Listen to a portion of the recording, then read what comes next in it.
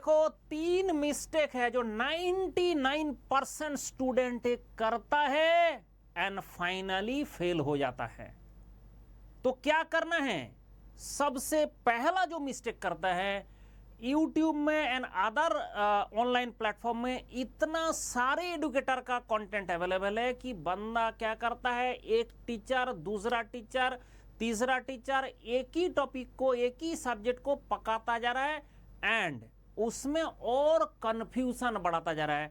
इसके कारण फेलियर होना बहुत अनिवार्य है, क्योंकि आप टाइम खराब कर रहे हो एंड आप कंफ्यूजन में फंस रहे हो।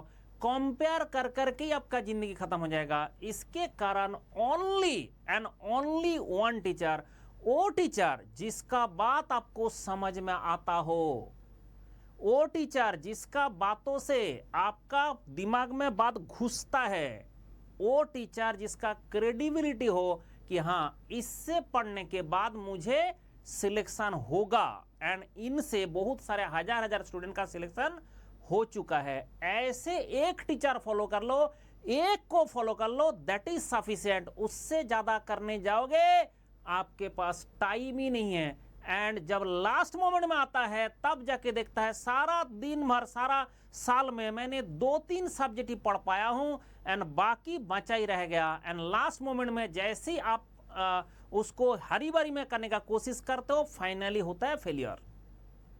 दूसरा मिस्टेक है, दूसरा कि कोई टाइम लाइन नहीं सेट किया आपने।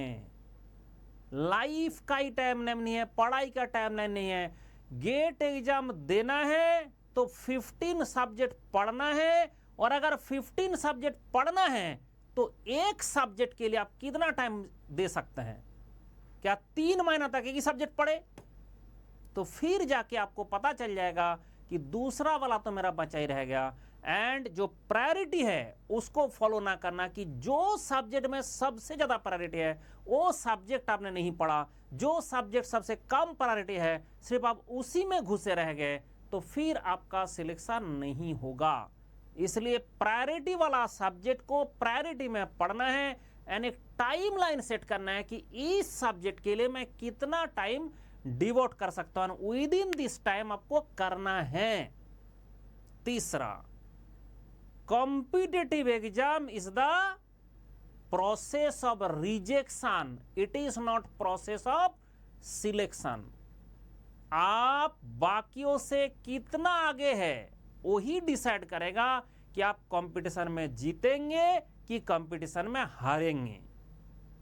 तो कैसे ना, ये कई कंफर्ट जोन में रह के नहीं हो सकता, आपको कंफर्ट जोन से बाहर आना पड़ेगा। लैला मजनू का ख्याल आ रहा है, पढ़ने बैठा है, उधर से कुछ मोबाइल से डिस्ट्रैक्शन हो रहा है, मोबाइल में मैसेज आ रहा है वो भी मुझे देखना है, व्हाट्सएप में जो ये आ रहा है, स्क्रैप आ रहा है एक जगह से, ठीक है, गार्बेज आ रहा है, वो गार्बेज को भी मुझे देखना है, वो गार्बेज को भी मुझे फॉरवर्ड करना है, तो फिर नहीं हो पाएगा।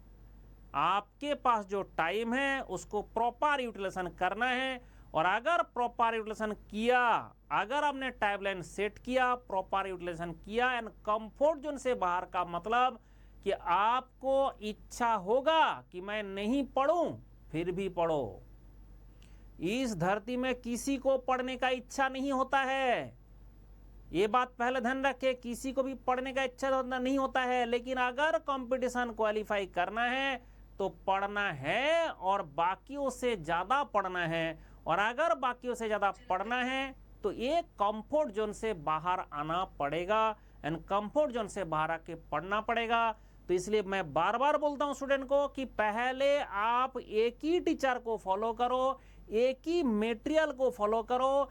वो बंदा कभी भी फेल नहीं होता है जो बंदा एक चीज को 10 बार करके एग्जाम गया है, मतलब कॉम्पिटिटिव एग्जाम में गया है, वही बंदा फेल होता है जो 10 चीज को एक बार करके गया है। ये ध्यान रखे, जितना भी हमारा ओलंपिक जीतता है, ओलंपिक में गोल्ड मेडल जीतता है, उन लोगों को देखो एक ही चीज को वो लोगों ने 1000 बार प्रैक्टिस किया, ये नहीं कि 1000 चीज को एक बार प्रैक्टिस किया।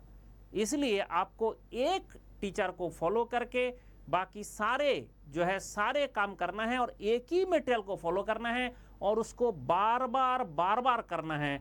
ये नहीं कि हमने बहुत सारे चीज को करेंगे और एक बार करेंगे तो तब फेलियर हो जाएगा। इसलिए एक टीचर फॉलो करे एंड जो भी चीज आप कर रहे हो उसको बार बार करे।